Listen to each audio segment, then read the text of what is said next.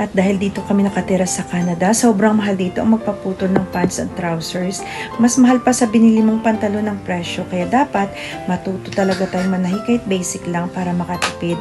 At dahil hindi ko makita ang ruler, so gumamit ako ng green tape to mark kung saan ako mag-cut and then find it more easier kaysa gumamit ako ng ruler. Salamat kay nanay at natuto ako magpatakbo ng sewing machine. At shout out pala sa aming HG teacher nung grade 6 kami. Doon talaga ako unang natuto magpatakbo ng sewing machine. Ang laki ng pakinabang ng home economics subject namin nung sa elementary. Marami akong natutunan sa gawaing bahay at proper hygiene. At ang trouser na ito, nabili ko lang ito for $6 sa thrift store. Suki talaga ako ng thrift store bukod kasi sa wala kang kapareha ay mura pa. Malaki ang matipid mo sa thrifting talaga. Marunong ka lang mag-matchy-matchy at magdala ng damit. Looking expensive ka na din kung ipapagawa ko to sa tailoring shop. Magbabayad ako ng $20. Mas mahal pa sa binili ko na trouser. Kung gusto mo pumorma, maging practical ka at madiskarte para hindi magastos sa buhay.